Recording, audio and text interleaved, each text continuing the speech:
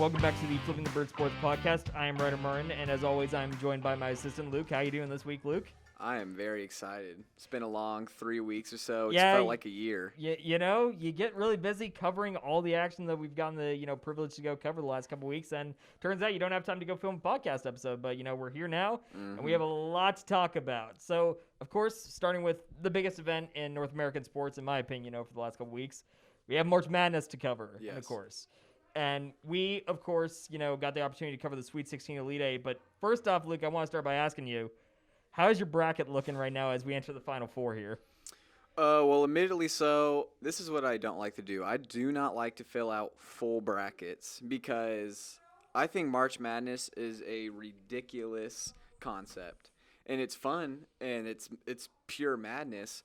But I don't like the fact that non-basketball fans can have a better bracket than me because they don't know anything. They just like mascots. They like team colors.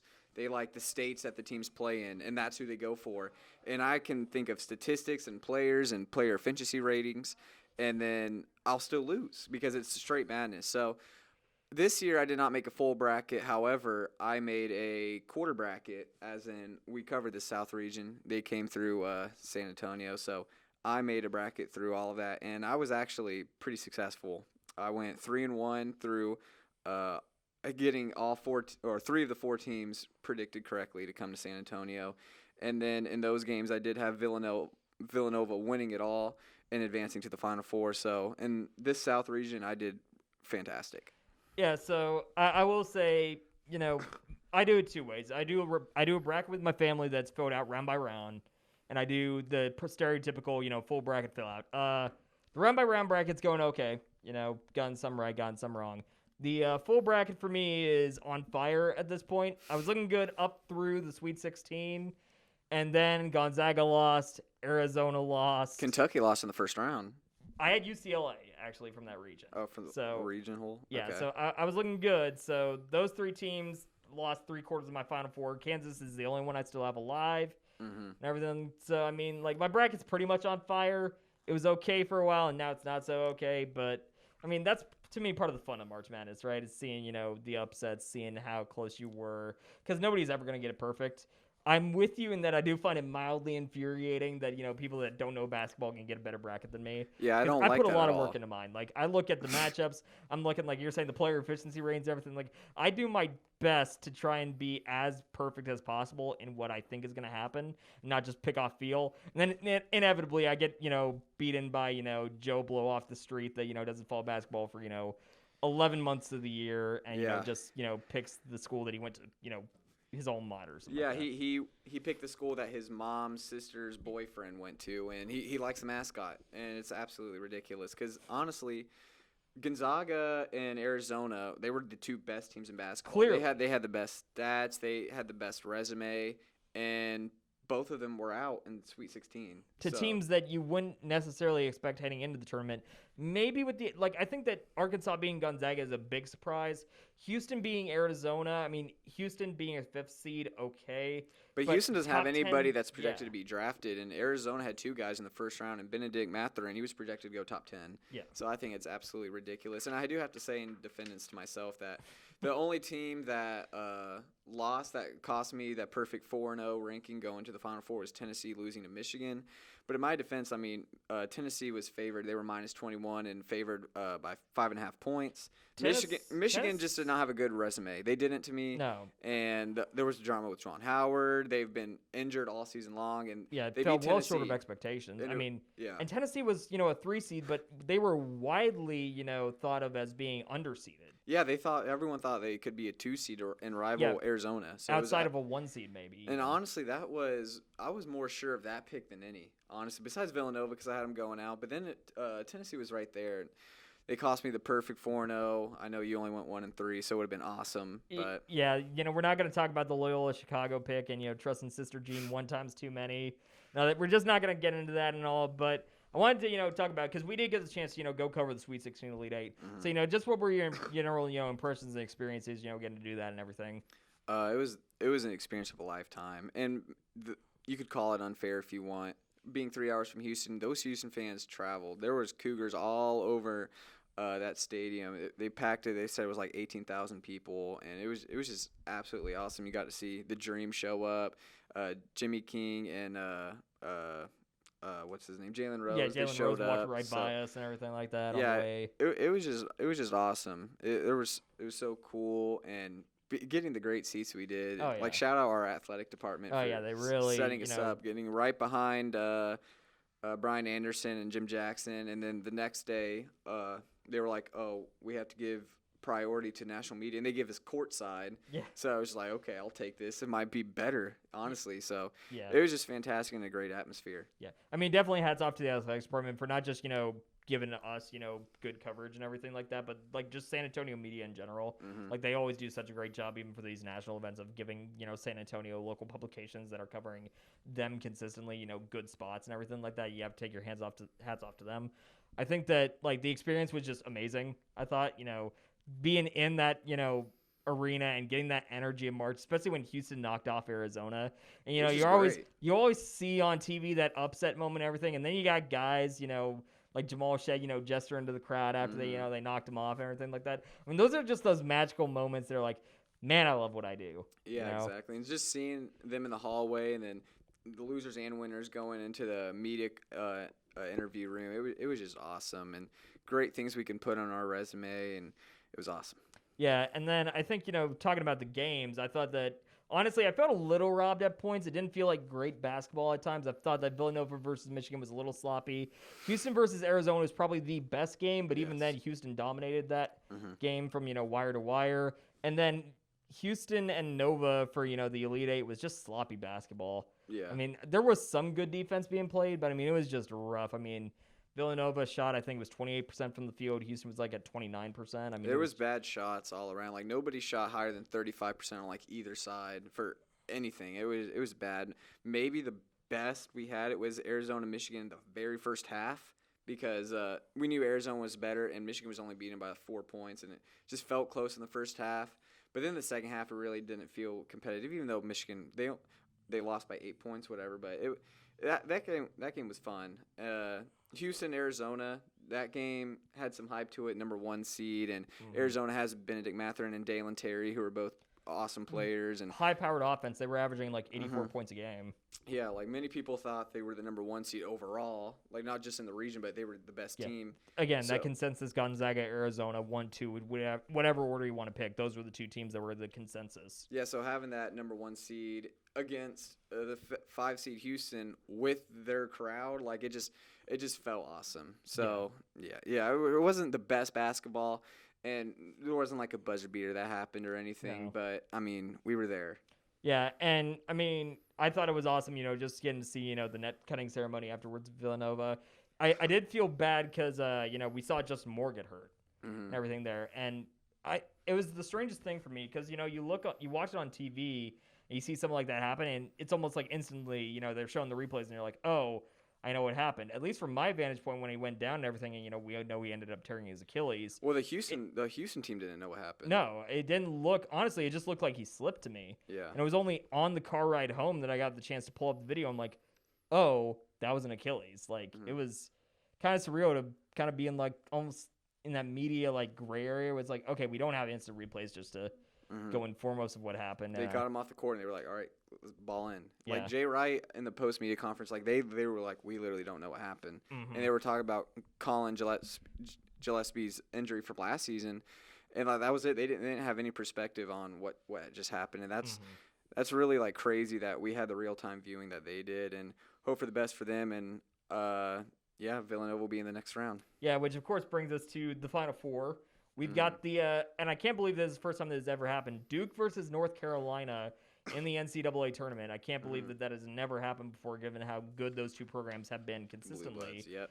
And then on the other side, you've got Villanova now without their number 2 scorer because of the Achilles against a Kansas team that, I mean, everybody kind of had penciled in to get here, but not necessarily because they're an amazing basketball team, just because they had the clearest road, per se. So, I mean, what are you feeling of these two matchups? And then, of course, into the championship game.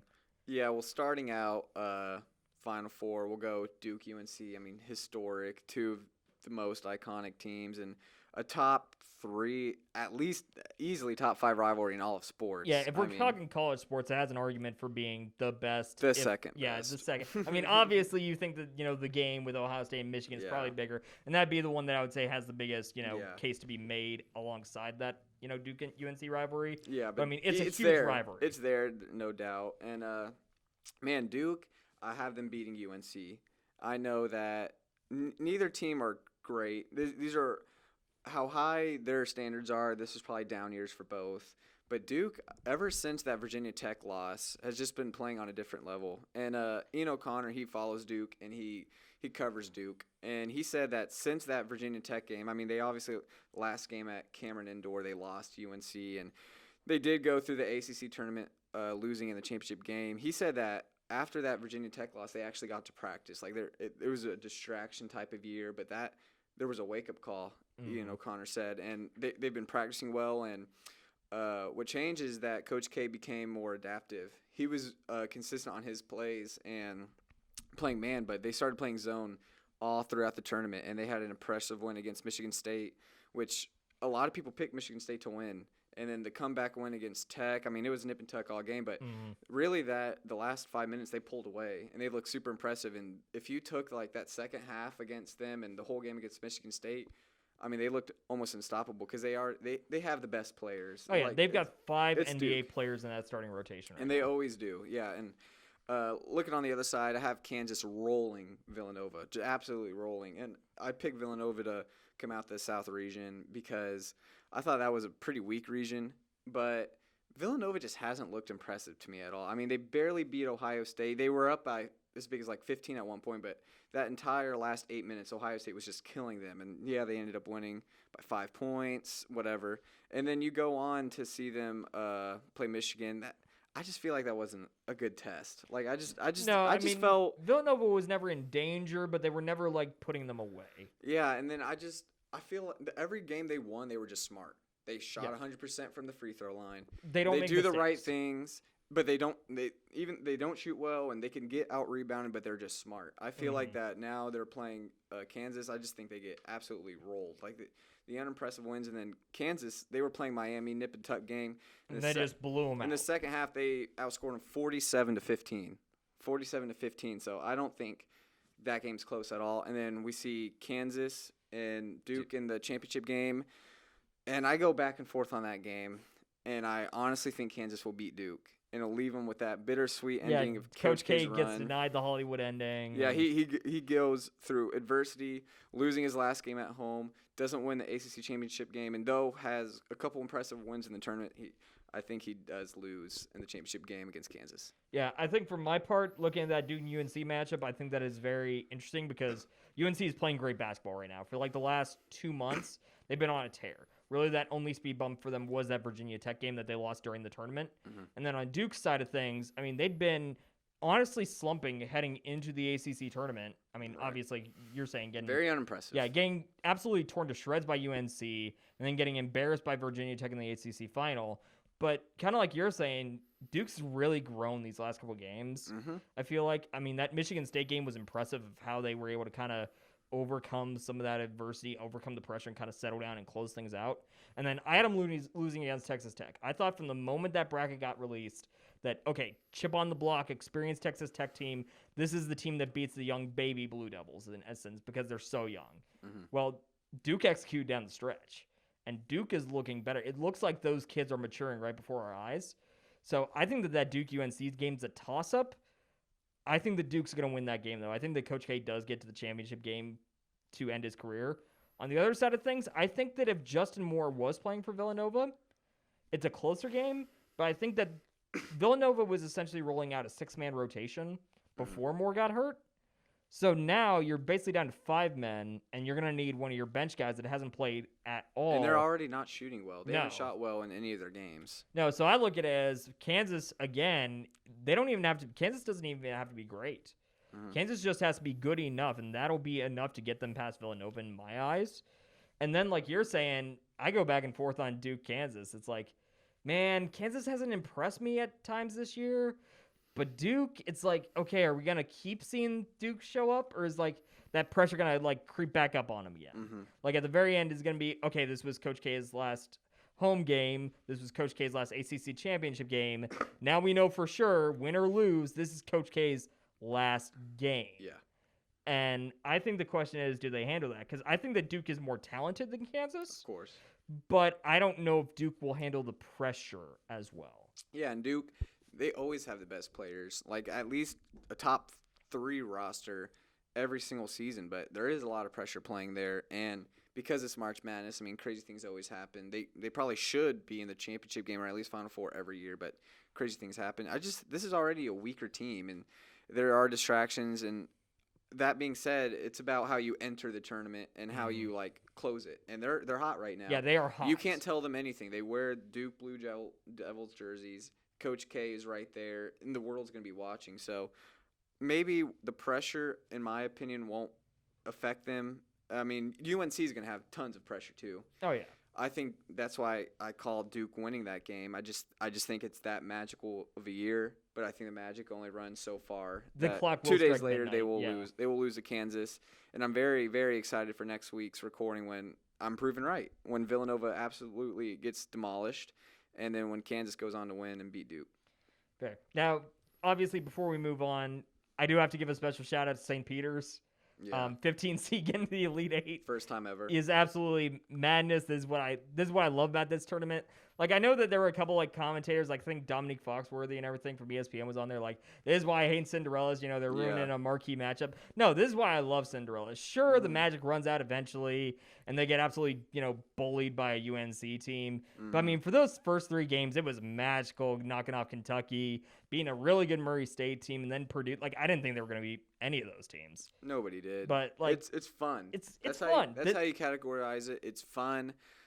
Like I said, opening it, it's not good for the sport, but it's great for the ratings and it's fun, so everybody enjoys it. I mean, everybody in someone's office, every teacher, every little meeting, everyone's making a bracket, so it's great for that. But like I said about Duke, the best team doesn't always win, and that's what's frustrating. That's why, like, for example, the college football playoff, I like the 4 teams because the best team literally always wins. Anything can happen. I mean, there could be a Saturday when Alabama loses to South Carolina or Ohio State loses to Purdue. They're not better teams. So if you open, I don't like the opening of the gap. So that's just me, and the football ratings are still great. Yeah, but you can't argue with the ratings. I mean, yeah, it's fun. Shout out to St. Peter's. It was awesome. It was fun, but they deservingly lost, and now we're on to some real big boy teams. Yeah. I mean, I will say, closing with St. Peter's, is that this is what NIL is made for. Doug Edert getting the Buffalo Wild Wings deal and everything like that. I mean, this is what you love to see. You love seeing those guys being able to cash in on the moment and actually be able to profit from something versus the NCAA just controlling everything and, making billions off St. Peter's while they don't see anything. This is why I love NIL. Yeah. I think that's a really great aspect of it that doesn't get talked about enough. All right, now turning our attention, Luke, to something still within the realm of college basketball, but much less fun, personally at least, was there's one team that was nowhere even close to competing in either tournament, men's or women's, and that was the UTSA Roadrunners, of course. Yep. You were in Frisco covering the conference tournaments. Of course, the men's team lost in the opening round to the lower-seeded Southern Mississippi Golden Eagles, 67-64. Women made it to day 2, of course. They upset UTEP in OT, 58-57. Before day 2, of course, they got smashed. Well, they didn't necessarily get smashed, but, I mean, they ran out of gas against Old Dominion. So what do you feel about their seasons overall, Luke, of the fact that we ended short of where, teams want to end up by the end of March? It was a tough season. And getting the honor and privilege to cover UTSA basketball from about mid-January until the end of the season and the beginning of March was fun, and it was just very, very disappointing. Starting with the men's side, of all the games I've covered, they've only won 1 game, and that was that Rice game. And it was senior day, so that was cool. But yeah, that tournament game, it was very disappointing. For starters, UTSA had so many missed opportunities. Watching the game, they had momentum from the jump. And starting the game, of course, Coach Henson inexplicably, for no reason at all, changed the starting lineup again. It was 5 games in a row, and they haven't gone more than 3 games with the same lineup. So it makes absolutely no sense, and no wonder they can never get in a rhythm, and they're always digging themselves out of a hole because he makes the weirdest coaching adjustments and starts the game off just confusingly. Like, it just makes no sense. Nonetheless, they start the game hot. Southern Miss is without their best player because he entered the transfer portal. And they just have all the momentum. I mean, Jacob Germany scores 4 points within like 30 seconds, and they're on fire. It's exciting, but they can just never put them away because it was like every time it was an 8-point game or a 9-point game, 7-point game, they'd have a fast break or a breakaway steal or something, and then Joel Jang or Lachlan, whatever, they'll just throw the ball out of bounds, or there was a missed dunk. There was a couple missed dunks and just layups that would just roll around the rim and come out. And then Southern Miss would go down and hit a 3. And it was like they could never put them away, even though, yeah, UTSA is bad, but they're better than Southern Miss. They didn't have the best player. We have weird adjustments, but they were making it work that day. Isaiah Aduankara, he was hitting, I think he had like 4 threes. He was great. And, of course, he doesn't always start. That game he did. And it was just awesome. Jacob Germany career high, 28 points. But that fourth quarter, they just fell apart. And they had a chance to hit a 3. Both Jacob Germany and Joel Jang had chances to hit shots. They both missed. And, honestly, even though they're probably better, even though, it was the loser's bracket, the worst 2 teams of the division. It wasn't exactly like we were playing with a championship spot on the line here. This was the first hurdle. But both teams, like, UTSA honestly deserved to lose. They just had a pathetic season. And really, they haven't really had adversity. They were just bad. They've just had bad coaching decisions. And this is the 3rd straight losing season. This is Coach Henson's 6th season, and they've literally just gotten worse. And I don't think there's any more people to blame. Yeah, to me, you can't keep giving, chance after chance. And 6 seasons is a long time. Yeah. And especially when you start backsliding during those 6 seasons, that's a very troublesome sign. And there's only so long you can keep, saying, that there are outside factors that are kind of like being the main cause before you have to look at the coach and go, okay, it might be time to evaluate that portion of things. So I think that you are definitely, justified in saying, I think it's time to take a look at Coach Henson and see, maybe it's time to make a change because, like you're saying, the team is backsliding. You're making lineup adjustments all season long. You can't ever figure it's like the team never had a clear identity this season, and the team's identity for the 4 previous seasons was trust Yvonne and Keaton implicitly and see where that gets us. And that always got us to, like, midfield in Conference USA and an early tournament exit because love those guys to death. They could not do it on their own. Exactly, and we don't have that main guy. I've said on different podcasts and game recaps before. I can't remember exactly, but it was like we can't go 3 games with the same guy scoring 20-something points. It's always something different. It's like Germany, one game does really well. Joel Jang. And Zumbel gets a game where he gets really hot, but then he's quiet the next game. Yeah, and then it's just very frustrating. It's frustrating. Because the only time they win is when they have multiple players in double figures. Yep. So not only is the coach making just weird and unexplainable decisions, but the players aren't consistent. And so Jacob Germany had 28 points, but the next was like 15, and then the next was like 6. So it is it was 8 with Lachlan. He had 8 points, and he was probably the best player in the game because even though Jacob Germany did have those high points, 28 points and 12 rebounds, I believe, still soft as usual. But Lachlan, he hustled on both sides of the ball, and if we see Lachlan and Germany play like that next year, and a guy that always gave about 15 to 18 points a game, they will have a winning record. But there is a lot to change. They got to evaluate the coach, and there is 6 scholarship spots open. Yeah, so it's going to be a completely new look team, and if Henson stays the coach, which honestly, with each passing week that the season has passed, gets likelier and likelier. Like, you're more likely to make a coaching change right after a season if you're going to get rid of him. Yeah. So it seems likely that Henson will be back. Henson's got to completely retool this roster. You've got 6 spots to work with. Establish an identity. Find guys. Like, we're in Texas. You have the resources. Stop getting guys from overseas or people from JUCO. Get these high school kids and develop them. I've heard Coach Henson himself say after in a post-game interview, like, oh, we evaluate players and we look specifically and we try to go through a very, very a specific process in recruiting players and finding the right guys for the team, and I don't think that's true. And if there is a specific process, they need to throw that process away and get a new one. Throw the process away, reevaluate the process, build something new. Yeah, so though it was slightly better than the women's season, I guess overall, and there is more hope for the future. It was very sad to see him lose day one, and it was deserving so after just a bad season. Yeah. Now, I would argue, though, that I think the women had a more impressive season, even if it doesn't look that way on the record. Because, to me at least, the men had some form of expectation to them, whereas the women had zero expectation. We didn't have any real hope of anything. We knew it was going to be a long teardown process and trying to build this program back up from where it was. And I thought that Aston did a good job. I mean, we got to day 2 of the tournament, with I think it was 2 conference wins, I think, was all we got, and then we won round 1. I mean, the men only won 2 conference tournaments, too, or conference games, too. Yeah. So the women, just conference, I mean, they both did terrible, and I guess you'd have to give a slight edge to the women because they won day 1.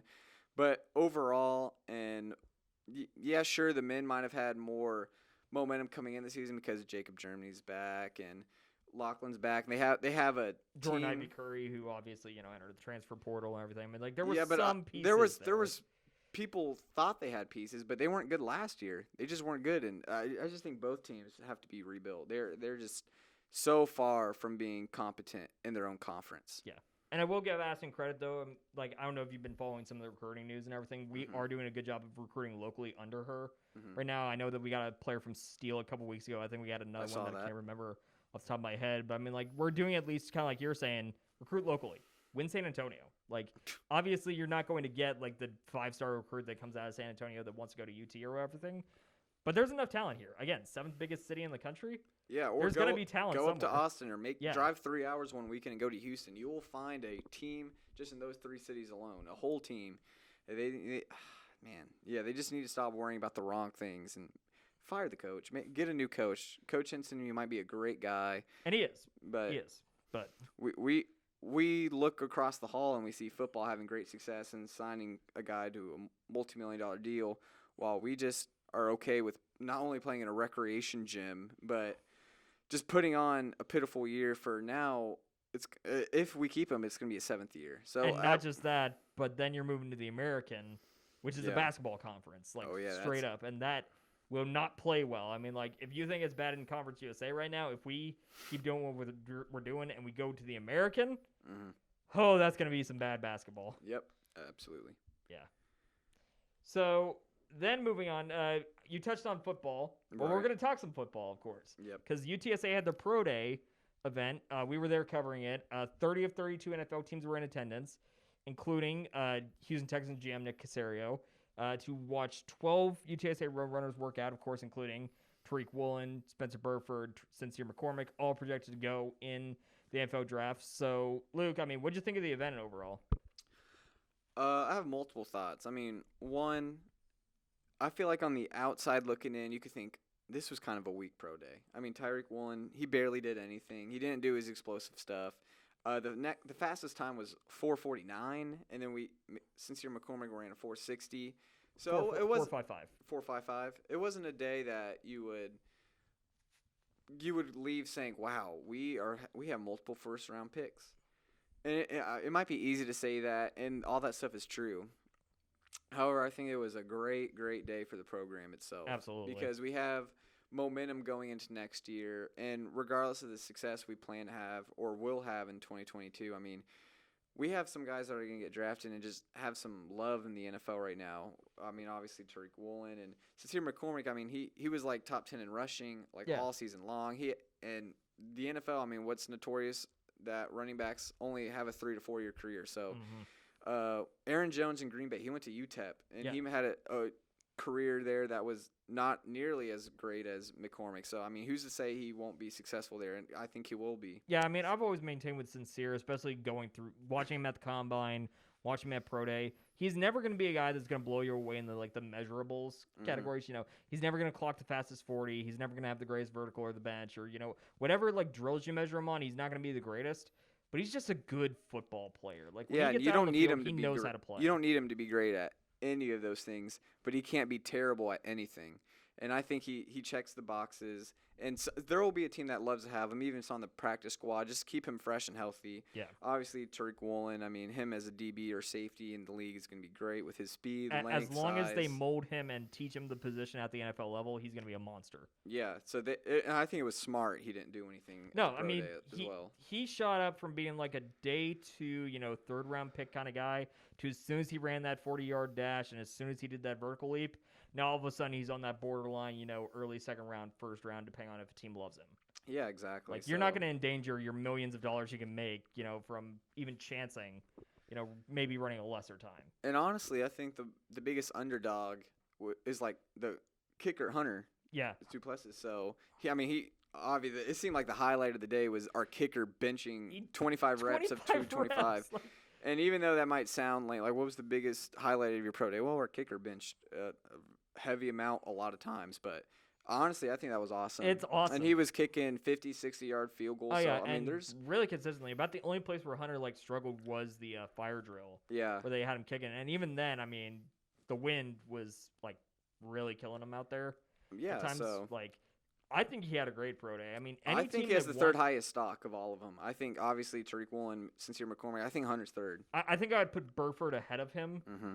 but I think that whatever team picks up Hunter is getting a dang good kicker that is going to be in the NFL for years to come because he's consistent. Mm-hmm. He makes kicks. Yeah. He had, especially this last season to me, he demonstrated a leg that I didn't see the year prior. So he can make NFL-length kicks nowadays. And he's clutch. He has yeah. a couple game winners under his belt. So the moment is not too big for him. Exactly. So any team that gets him is going to be lucky to have him. Clarence Hicks, Charles Wiley. Mm-hmm. I thought that neither of those guys was invited to the NFL Combine and everything. I thought that they made themselves some money during pro day. I thought that they tested extremely well. I've already heard reports that Wiley was talking to the Bears and the Falcons, and they both seem to love him. I think that those two guys are going to get drafted just off of their pro day. Because, I mean, Hicks and Wiley both ran 4.49s, and they're defensive, linebackers. Yep. And that's the speed you need in the modern NFL. We shouldn't, and I don't think we are, and hopefully fans aren't not everyone's going to get drafted. We'll probably have 2 guys get drafted, maybe 3. Let's not be unrealistic. There's a lot of great players out there at great colleges. So 3 players at most will actually get drafted, but I mean, the NFL is notorious for getting people undrafted free agents who make Pro Bowls just a couple years later. So you just have to get in the door. Like I said, I think it's just great for the program. We have the race building to show off, and the staff that they had, it was great. It wasn't necessarily structured that great. I mean, we got screwed a couple times with viewing areas. It was a little free for all at points, but I will say during the latter half, I think they did a better job of controlling and letting us, getting on the other side, get good angles, we really didn't have the greatest angles and kind of seemed unorganized in that sense. But I mean, it was a brand new building, and with the hype we have, I mean, it's kind of expected. But great momentum, and I mean, these younger kids and kids who are getting recruited love to hear stuff like that. I mean, a high schooler who's an NFL scout is just in the vicinity of me, and he has money to offer me, and just this being in this facility is great. So that'll be hopefully good momentum for next season's football and years to come. Yeah, and shout out to the 210 triangle of toughness and everything. All those guys out there that were supporting those guys doing the pro day workouts, all their teammates, all their former teammates and everything like that. Yeah. I mean, there was a large group of players out there that, according to Trailer, probably should have been in classes, but they came out anyways. I mean, that they support them. It's awesome to see. I mean, that culture is so strong over there. Yeah, totally. It's great. Right. Wow. Moving into current, well, I shouldn't say current, future and UTSA football news. Mm-hmm. The schedule for the upcoming season, of course, just dropped today. Went through a couple changes because of the Sun Belt officially acquiring Marshall, Southern Miss, and Old Dominion, which kind of rejigged some stuff around. But we have a full schedule out, Luke, so I wanted to get your reaction to it and everything, of course. Start the season off playing Houston in San Antonio. Then we're on a 2-game road trip at Army, at Texas. We're back home for a game against Texas Southern. Back on the road against Middle Tennessee to open conference play. We got a home game against Western Kentucky. Back on the road to Florida International out in Florida. Back home to face North Texas in the annual, honestly, I would call it a rivalry game at this point. Yep. And then on the road again to UAB. Back home for Louisiana Tech at Rice. And then finishing the regular season out at home against UTEP. So what is your first reaction looking at the schedule? First reaction, I feel like anybody who cares about UTSA, they're immediately going to see Texas and be like, wow, that's going to be a great game, and I'm excited. And that's true. And, I mean, you might look at this schedule, and it's true. The middle portion is pretty weak and easy, and I think they'll need it because I have UTSA going 9-3 this season. So a setback from their 11-1 season and conference championship. I have them going 9-3. Houston will be a tough game. That'll be a very, very tough game, and I still have us winning that. Home game will be in the Alamo Dome. It's going to be great. It's going to be exciting. I think Frank Harris will be on a mission this year. It's going to be great. It's his team. I think we narrow that game out. I think we go to Army and West Point, and I think we lose by That's 2 a scores. tough game. It's a tough game. That environment's going to be crazy, and I think Sincere McCormick, that's a tough loss. I mean, his yards and teams having to spy on him, that freed up a lot of our receivers to get open. Him gone, that's just tough. We have to rebuild our running backs because no other running back really played as much as him because he was very durable. Yeah, Brady graduated and he was the backup. BJ Daniels graduated, he was the third string. Yeah, and Sincere McCormick, he barely got hurt. I mean, he was a warrior. And so I think we lose by a couple scores, and that's a wake-up call. But sadly, 7 days later, we play in UT, and I think UT has a bounce-back year this year. I think they rival to be a Big 12 champion, so I think they're going to absolutely murder us. I know some people are calling for the upset already. I mean, when we saw UT was on our schedule like 3 years ago, people called for the upset. I don't think there is one.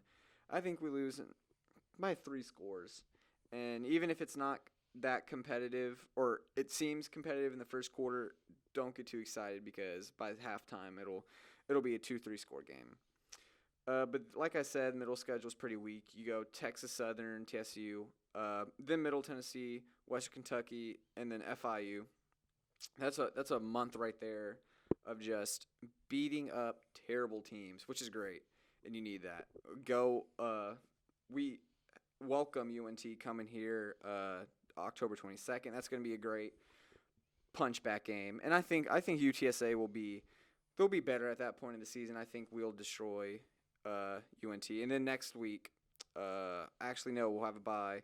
And then that next week, we go to UAB. I think we lose that game. I think UAB bounces back as Conference USA champions. They beat us, makes us at that point, I want to say 7-3? 6-3. And then we went out the last 3 games, La Tech, at Rice, and then we welcome UTEP here. So 9-3, a little bit of a setback year, and I don't want us to think that that's terrible. No, because a lot of teams would kill for 9-3. Yeah, in Conference USA, I'd strongly beg to differ because I think UAB is going to lose only a game, maybe 2. I'd have to look at their out-of-conference schedule. But schedule. I think that this is a setback year, and it's not going to be terrible because, I mean, the next year, who knows, we may go undefeated. But 9-3, get a bowl game. Win the bowl game, obviously. That's we don't even know. We can't even talk about bowl competitions yet because that won't come out till December. Yeah. But go 9-3, win a bowl game. That could be great momentum. But, yeah, I think this is a pullback year. Yeah, I look at it, and last year I had us at 10-2. Mm-hmm. And so you're pretty close. Yeah, I was pretty close. If you don't mind me asking, who'd you have us losing to? Last year I had us losing to Memphis, and I want to say Louisiana Tech on the road. I think those are the 2 games I had us losing. Did we kill Louisiana Tech? Yes, we did. I didn't think Louisiana Tech was going to be as bad as they were. Okay. And then obviously, Memphis was So you had us beating UAB? I had us beating UAB. Wow. At home. I thought that the home field advantage was going to be key, and especially because we hung tough with them the year prior after we used like 3 quarterbacks that game. This year, I'm actually sticking with 10-2. Okay. I think that we beat Houston at home. I think that it's going to be a really close game, but I think home field advantage sees us through. Mm-hmm. I think that we lose to Army. I think that Army is just tough. Really a good quality football team that, especially without Sincere, they are really going to control the game and control the clock, which favors Army. Okay. I agree. I'm calling the upset. I think we go to UT and we beat Texas. Okay, that's caveat, only if Texas remains the Texas of the last decade. I don't think they will. Yeah. I think that if for some reason Sarkisian waves his magic wand and Texas is back to not pulling a Texas. And they got Quinn Ewers. If they start Quinn Ewers, which they should. They absolutely will. If he's smart, they should. That's the only reason he went back. Yeah. He's totally going to start, and he's going to torch our DBs. Yeah, so I'm calling the upset right now, but I reserve the right to say that we lose that game if they come out the first 2 weeks and just absolutely look unstoppable. I'll give you that. Yeah, but right now, some of my gut is telling me take the upset. Okay. We beat Texas Southern. That's a cupcake game. Okay. We beat Middle Tennessee. They're on the downswing. They're going to need another year or two to kind of rebuild. Western Kentucky is not as scary as it was last year because Zappi's gone. Mm-hmm. That offense is still in place as far as I'm aware, but Zappy isn't there, and I don't think that a quarterback is going to be as good as him for a while there. Okay. So I think we win that game. I'm not going to say easily, but it'll be a convincing win. Mm-hmm. Florida International, I think, is a trap game. They're a bad team, but UTSA does not play well in Florida. Every time we've gone there, it has been ugly. We have never played well. It doesn't matter the coach. It has just been a really rough game for us. Okay. So I think we win that game, but it's not, like, pretty. It's ugly? It's ugly. We beat North Texas in a revenge game. Okay. We got embarrassed last season against them.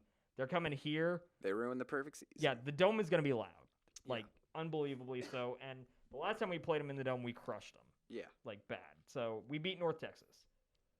I'm with you. We lose to UAB. I think that UAB is going to come back even stronger than they were last season. Mm-hmm. Like you're saying, they're going to bounce back. And I think that I really do view that UTSA UAB matchup for the last 3 years as a coin toss, almost entirely decided by home field advantage. And I think going on the road, we lose to them. Okay. And then I think we went out of the table. I think that we beat Louisiana Tech at home, we beat Rice on the road, and then we beat UTEP. Gives us to 10-2.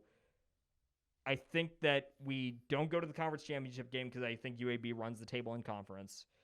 I think that we do win our first bowl game against whoever it may end up being. Yeah, like, obviously we're far from knowing, but I just have a feeling we will. I mean, it's about time, right? Yeah, like, yeah. The only reason we haven't yet so far is we've had too good a season that they put us up against a top 25 team in Louisiana that we didn't even have trailer for the first year.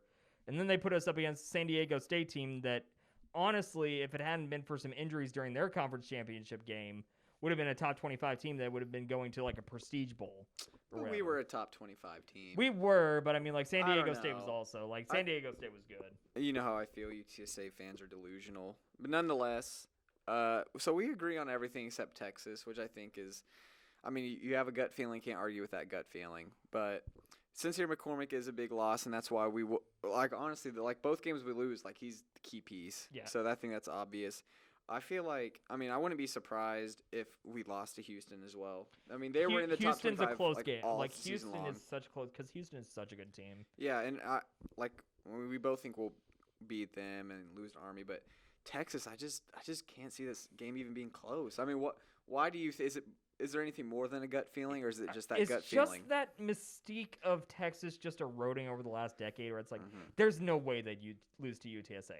But like you said, UTSA, it's about time we win the bowl game. Isn't it about time UT's a top 10 program again? We keep saying that every year, though, and until I see it, I can't trust it, because every time they say Texas is back, they lose to Kansas. And you're like, oh my God, Texas is nowhere close to being back.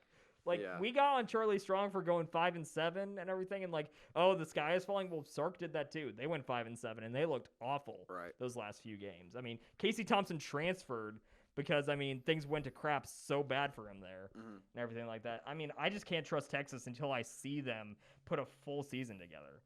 I can trust losing Traylor. to UTSA, that's a low. Oh, I feel like that is a low. I feel like that would be worse than Kansas State. Losing to the sister school would just traumatize Austin. That's worse than Kansas Like, State. That's worse. It would be terrible for them. It would be such a morale breaker.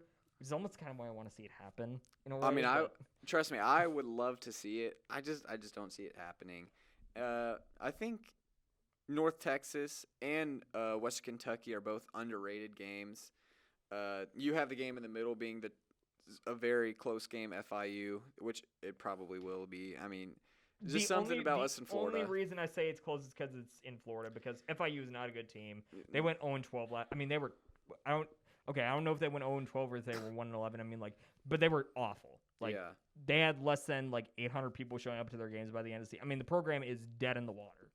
It's just something about Florida that we don't play well. I think I don't know if it's the Eastern time zone. We don't handle that well or something like that. Or if it's, the humidity down there. I don't know. We just don't play well there. And honestly, maybe just looking at it, saying 9-3, oh, there's no way we can contend for a conference championship. Maybe that's just me thinking of it in SEC and Big Ten terms because you lose one game, you're probably out of contention. Yeah. But I mean, if we lose 2 of the 3 games to Houston, Army, Texas, if we could still fight for a game. Like, what if UAB loses? Yeah, if UAB loses another game, I mean, we're completely in it. Yeah, all you're counting on at that point is because we agree we're only losing to UAB in Conference USA. Yeah. If UAB loses 2 conference games, we're going to the championship game. Yeah, and I mean, of course, it depends. Even if they lost 1, like, who does everyone lose to? Everything could fall into place. They would own the tiebreaker over us if they did beat us. But what if they lost to a team that we beat? I'm pretty sure head-to-head is first tiebreaker. I'm fairly certain, but I would have to check on that. It's very wide open. And, of course, I mean, there's no doubt that November 5th, it'll come down. The conference division will come down to that game there. Absolutely. But, I mean, yeah, it's a very exciting season. And losing some big players that we think cost them a couple games. But, yeah, I can't wait. Let it be September. I will say this. Hats off to the schedule makers because this is a harder schedule. It may not reflect well on the record, but we're playing people. That'll get us on TV. And if by some miracle we do run the table to start, we go 3-0, that gets us, around the AP poll to start the year, at least nipping at the edges, I think. I mean, if you just beat Houston, if you just win out September, you'll be in the AP. You'll be top 15 in the AP poll because Texas is probably already top 15. I mean, the drill. Rank Texas top 15. They lose, drop them out, come next season, back up in the top 15. We know the drill with Texas. Houston might already be top 25. I mean, you have all these teams. I mean, you just win September, you'll be top 25. If you win the playoff poll doesn't come out until November. So let's say the week before they play UAB, it comes out, and they're undefeated by that point. They could be a top 15 team. I don't know if I could say they would be a top 15 college football player. No, what I think they are, far from that. But you're telling me if they're undefeated, there was only 4 undefeated teams by then. They had UTSA in the 20s. You're saying if they did that for a second year in a row, they wouldn't be 15th? No, because I don't think the College Football Playoff Committee respects Conference USA whatsoever, which I'm not saying that they are. But if you beat Houston, Army, and Texas, and there's only, we'll give it 5 other undefeated teams, they're not 15, 16? I think they're around the 20 range. That's just my pessimistic self on the Conference Football Playoff Committee. I agree that's where they should be, but I think they'd have to put in 15, especially 2 years in a row. Nonetheless, I mean, yeah, the season is definitely in their hands. It's their job if they repeat or if they fumble the bag. But like you said, yeah, shout out to the schedule makers. It's a great season and can't wait. Hard schedule. I almost kind of wish it was last year's team with all the experience and sincere back because I feel much better about the schedule we played then.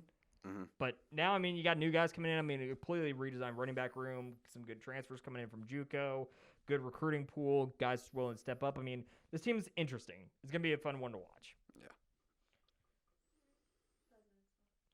All right. And moving on to other UTSA sports news. Unfortunately, I have to talk baseball because, Luke, when we were here 3 weeks ago, things were going really well. Things were flying high. We were 10-2 or something like that. We beat number 2 Stanford. Things were going really well. Things are not going very well anymore. We are 4-6 in our last 10, and there have been some really bad old habits creeping up. Of course, this last week, we played Baylor during the middle of the week in the 3-game series against Florida Atlantic. Blew the Baylor game 3-2 in the 9th inning, which was a hallmark of last year's team, which was blowing stuff late. And then went 1-2 against Florida Atlantic. So, I mean, we're not off to a great start in conference play, and a lot of old habits seem to be creeping up again. Yeah, well, first, we are 14-10 now. So 4-6 in the last 10. That's tough. I would like to say that we are terrible on the road. We're 5-7 on the road. We're not a road team. Yeah, which is just crazy. And I mean, the more I look at it, that Stanford win was very fluky. Stanford is not that good. They are 12-8, and since they beat UTSA, they're 6-6. They're not that good of a team. The only teams they were beating were local California teams that were just suburbs of Stanford. So that was a very fluky game. It was impressive that we won it. I mean, Stanford nonetheless is Stanford, but I mean that game hasn't shown us anything. We've lost 2 out of every series we've played. We've lost 2 out of the 3 games at least. Yep. Obviously losing to FAU, La Tech, Oklahoma, the only games we could say that we dominated were against our little brother UIW. Yeah. So, And even then, really it was an impressive. extra inning win this week against UIW. It was 6-4. Yeah. So I mean, there's just maybe we were just too hype in the beginning. Yeah, you get kind of caught up in the moment. You get it really hot, and you see that number 2 next to a team, even if it's early season. You're like, oh man, we beat number 2, and we are looking good. We are crushing everybody. Mm-hmm. Pitching looks good, and then you get into conference play, and you start losing series, and you start seeing these like that Baylor loss. Last week now. I mean, we were up 2-1 entering the 9th, and then we just completely blow it, and we walk in the run with the bases loaded to win the game for Baylor. Yeah. You can't do that. Like, that is I mean, there are a lot of cardinal sins in baseball, but that's one of them. Don't walk in the game-winning run. That is just so deflating. Yeah. And, I mean, that was the case last year.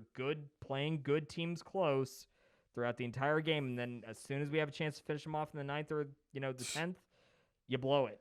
And that's when good teams win. Yeah. And that clearly means we're not a good team. And I mean, we just haven't won any series in like a month. Yeah, so. it's been rough. Now, I will say, starting pitching wise, Luke Malone continues to be really good. He's 3-0 with, I think, a 1.61 ERA right now in 6 appearances. Like, Luke's still pitching really well. It's just a lot of the guys around him, like Jacob Jimenez and guys like that have just kind of have a bit of a downturn in form that's really hurt us in a lot of these conference games. Right.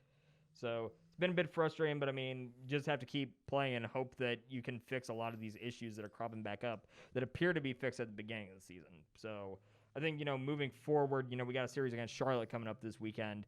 Just win the series. We were doing a really good job of that early in the season. We weren't sweeping people all the time, but we were winning series. Just get back to winning your series. Don't complicate things. That's all they can do. Now, moving into triumphant news for UTSA, though, we picked up a win. Yeah. This week. The UTSA women's golf team was in Chattanooga, Tennessee for the Chattanooga Classic, and we actually ended up winning the tournament, of course. We won by a stroke over North Texas. Anna Gonzalez was tied for 2nd overall on the individual leaderboard, hit a hole-in-one during the final round of competition, so that's just really good for us. I mean, they've been playing really well for about pretty much the entire spring season, so they finally picked up that win.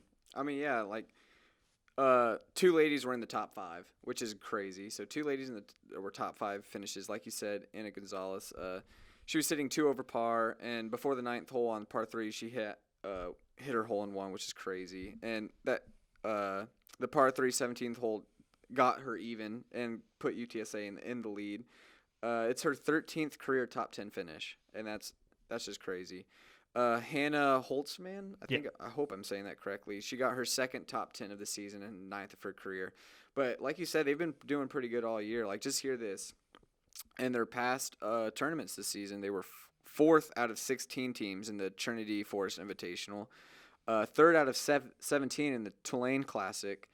And, like, these are just their past tournaments that they're beating, like, real quality teams. Yeah. Like, these top Power 5 powerhouses. And it's just awesome. And we host that 2-day tournament April 5th and 6th, so that'll be exciting. Hopefully we can keep that momentum because we have our conference tournament April 18th and 20th. So yeah, we're flying high right now, beating quality teams, and that's great for the program. Yeah, and one thing I've always kind of noticed trend-wise with the women's team is that when Gonzalez is playing like really well, we tend to do really well. Mm-hmm. And like when she goes through a down tournament, that tends to be when we kind of like regress back into the mid-pack. Like when she's hot, the team around her just seems to respond, and we play extremely well. She's a senior, right? Yeah, she's been a senior for a little while now. It feels Okay. like I want to say there's been like a COVID eligibility year maybe in there. Yeah, definitely. Like Red she's been around for shirt, as long as I can remember, at least, and I've been here a while. So yeah, so that's great for the program. Excited to see what they can do. Hopefully, they can bring us some life this spring because it seems like no other sport can. Baseball was my hope, and it seems like baseball is going to be a much rockier path than we thought. So Yeah. I mean,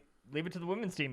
Go pick up a conference tournament win. I mean, that would feel pretty good for the spring, I think. Yep, that's great. And we're not jinxing this or anything, like that. I'm just, just saying it'd be really nice. Yeah. And then moving on to UTSA softball, kind of a similar story to baseball, actually, in that we've won 4 out of our last 10. We're 4-6. And it's just been a bit of a back and forth kind of struggle. We are 3-3 in conference play. Mm-hmm. So it's been, a bit of a mixed bag. And we picked up a win over Texas A&M Corpus Christi last time out, 9-3. So it's just been kind of like a mediocre to trending towards the bad side of things season for them so far. Yeah, I mean, they really haven't had an impressive win either. Like you said, they're really like the baseball team. in the sense that they're just. I mean, maybe they were kind of bad from the start, or not. They weren't. They're not awful, and they still aren't awful, but you just don't have anything you can really grab onto. Hopefully they can turn it around. Who is their next series against? Their next series, well, they're playing Texas State tonight. Right now, right. During recording, of course. Okay. By the time this comes out, it will be long over. Mm-hmm. And then conference play, we're on the road against La Tech. Yeah, they're on the road against La Tech, and I heard they're a pretty good team. Yeah, La Tech's pretty good. Yeah, so hopefully we can kick off like conference play and just continue to do well heading into the tournament, which is still like a month away. Yeah, but there's time. Yeah, there's definitely time, but I feel like they have to turn it around now because, like we were saying earlier about March Madness and everything, it's about how you go into a tournament or anything. So I feel like early in conference play, this is when you have to turn it on, and this is the point in the season where both baseball and softball, they're finding themselves. They're finding who they are, what they aren't, what they need to get better at. So hopefully we see that coming this weekend against La Tech. Yeah, I mean, obviously to kind of, paraphrase, Major League Baseball, it's almost kind of like the dog days of summer right now. Mm-hmm. You're kind of in the middle of the season, you're trying to kind of. It's still too early to say anything, but you want to. You got to start making. You got to make your moves now. You got to figure out what kind of team you are, and you got to start pushing now. Yeah, exactly. And I mean, luckily, they got some good pieces around them, especially at the plate. Catabara is hitting .351 this season, which is. I thought initially it was going to be like really high up on the NCAA leaderboards. There are some really good NCAA softball players this year. There's a girl hitting like .569 or something like that from Wichita. Wow. Like, it's insane. But she's hitting .351. That's pretty good so far this year. And then Grunberg's hitting like over 300 with, her, prototypical, 7 or 8 home runs. I can't remember exactly what she's at right now. But we have some good hitters. Pitching remains kind of like that question mark. Estelle, has some really good games sometimes. Other games kind of falls apart around her a little. Alexa Williams, same sort of thing. She's had 1 or 2 games in the past 2 weeks where it's like, wow, she had a really good day on the mound. And then she would come out like the very next day on the bullpen or whatever and just get shelled. And it's just a bit of that inconsistency right now around the pitching staff that just seems to kind of be holding us back from really getting any sort of rhythm going, it feels like. Which is okay for now because, like I said, I believe it was our very last podcast we did, maybe 2 ago. But I had their whole entire roster, and of like the 21 women on it, 12 were freshmen and sophomores. So tons of time to grow, and then obviously a handful of juniors, whatever. So this is a great time for them now. And like we said, still early, but all these girls just came from high school, and they're growing, and it's exciting to watch. Hopefully it gets better, but still a ways to go. Yeah, exactly. Yeah. And then, of course, moving on into NFL news because, man, the NFL has been busy since we began, haven't it? Maybe craziest offseason ever. I remember, of course, last episode we were talking, okay, is Russ, going anywhere? Is Rodgers going anywhere? Well, Rodgers stayed. And Russ left. Russ went to Denver. It was like the opposite of what we were saying. Yeah, and then alongside that, so many other quarterbacks are changing teams, of course. Carson Wentz got dealt to Washington. Matt Ryan is now a Colt, which just feels really weird to say. Tom Brady came out of retirement. Yeah, Tom Brady unretired. Deshaun Watson finally got traded amidst all that, legal situation, everything. Baker will go somewhere. Maybe, but there doesn't seem. I thought that Jimmy Garoppolo at every quarterback was probably going to be the most likely to get traded. And he's still a 49er. Yeah, and John Lynch, the 49ers GM, said, I think it was 2 days ago, that they don't plan on trading him unless they get 2 firsts. I think that's a bit of posturing on his part to try and create like a market to me. It could, but I feel like that. Sure, that could be a possibility, but doing that would just hinder Trey Lance, and I don't think they'd want to do that to any young quarterback. No, especially when they invested so much draft capital into picking. And what's his name? Jimmy G. He just keeps winning. A Super Bowl and then NFC championship game. Though they were both appearances, he's winning. The team wins when Jimmy G is playing quarterback. The team does not win when he's not. Yeah, exactly. And he's the least skilled of all the guys we said, but he wins. But yeah, like you said, the quarterback carousel is just crazy right now. Obviously, I think the biggest impact, honestly, is Brady unretiring. Unretiring is a seismic shift again. Just because the NFC is just so weak. Yeah. Because it's so weak, I feel like you can mark them down at least NFC championship game. That to me is you got the 49ers, the Rams, the Bucks, and then like that. The Packers. You say Packers, but then okay, you keep Rodgers. Yeah. Well, then you trade Devontae Adams to Vegas. Right. And Rodgers lose. Also, Marquez Valdes-Scantling leaves. And all of a sudden, Rodgers is throwing to Alan Lazard and some probably Ohio State receiver they draft. Exactly. I mean, like, Rodgers has nothing around him. Yeah, which makes zero sense to me why he wanted to stay there. And it was reported that he knew that him becoming the highest paid player ever would probably lose Devontae Adams, and apparently he didn't signed care. off on it. So he clearly didn't care. I would say the biggest thing is Brady unretiring, because I think the Bucs have a good shot to go if he even stays. I mean, who knows? I mean, there was those Miami rumors, but it doesn't sound like those are true. I think those are very true, because Really? the people I listen to, they have high sources said they are true, but that was only with Sean Payton. But because Sean Payton has to he has to be retired for a year, then he can make his decisions, and Tom Brady still has 1 year left. Those have died down, and that's probably not going to happen. But yeah, the Bucs coming back, and then I think the second biggest move might not just be about a quarterback per se, but just the Broncos in general. I mean, that they've just turned that entire team not necessarily around, because even though they were fourth place team last year, they were still, like, you could tell they were on the rise. Yeah, they're about 500, and you could tell the quarterback was holding them back. Yeah, exactly. And then you just get all these pieces around them, and then obviously the Raiders get Devontae Adams, and then the Chargers. I mean, gosh, Khalil Mack. Yeah, and Khalil Mack to go next to Joey JC Bosa. Jackson. It's crazy, and oh man. So I think the Broncos, just in general, of course, headlined by Russell Wilson, is the second biggest. Third, I would probably say Von Miller to the Bills.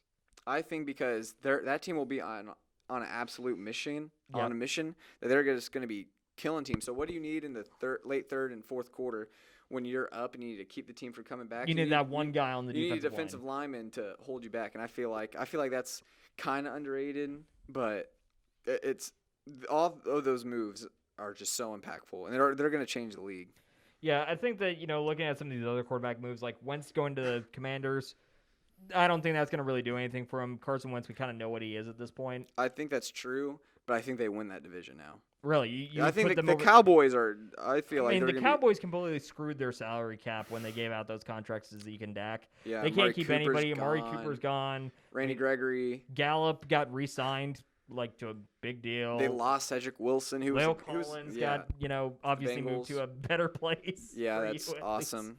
The Cowboys lost a lot. I still think they're probably the best team in the division, but I don't know. To me, the NFC East kind of goes back to being that, man, they are so bad. Man, but I don't even think they're the worst division, because obviously there's 4 divisions on each conference. The NFC South is in a rough spot right now. I think the NFC North is even worse. But nonetheless, all 3 of these conferences, NFC East, North, and South, I think those are the 3 worst divisions in football. The bottom 3 divisions, so 6th, 7th, and 8th of all 8 total divisions are those 3. Yeah, that is crazy. All right, and now for full transparency, we were recording this after actually we had ended the recording for the episode, because not 30 seconds after we had finished recording this, Luke, of course, broke the news from his notifications that Bruce Arians has decided to retire, step down as the Tampa Bay head coach.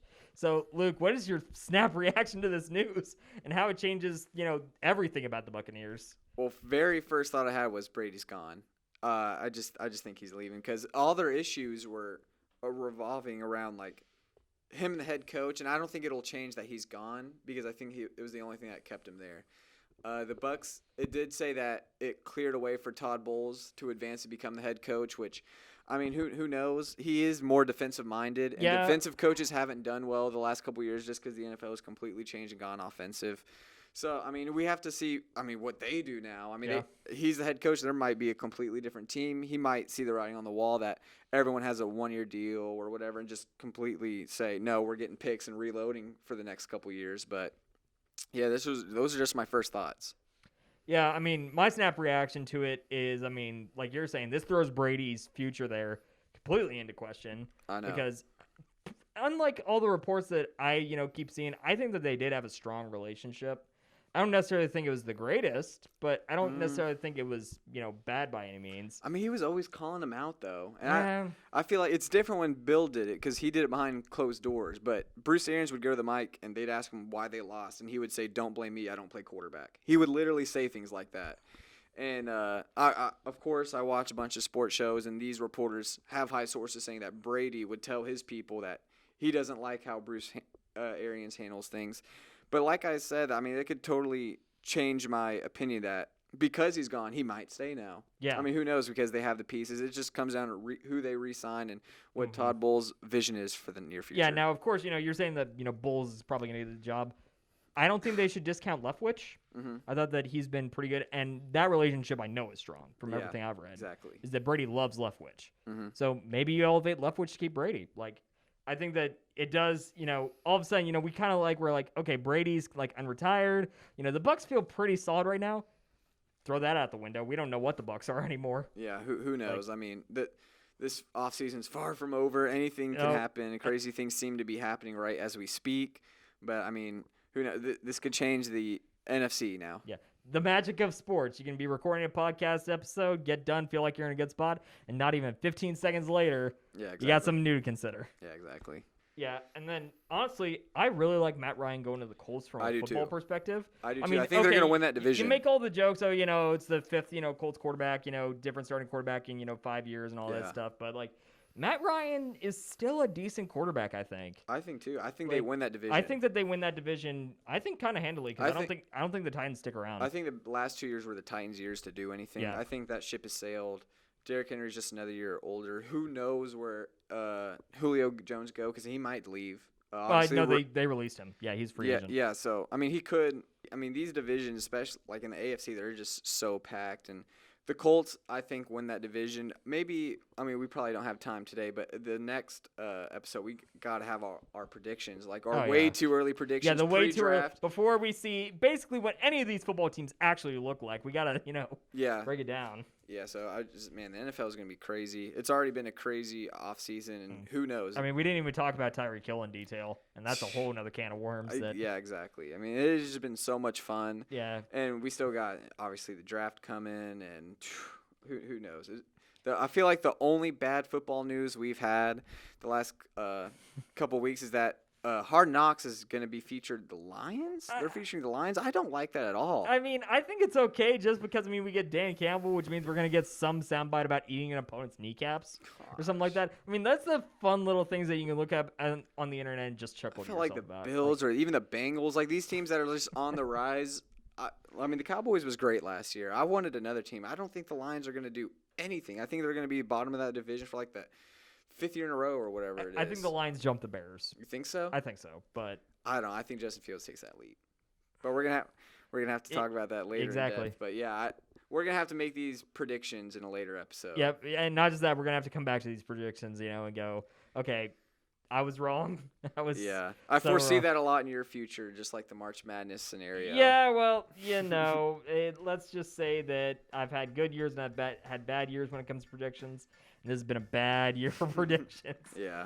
So, UTSA football, if for some reason you go 2-10, don't blame me. It was not my fault. It is definitely his fault. Yeah. And that is all the time we have for next week. So thank you everybody so much for checking in, and we will see you all next week.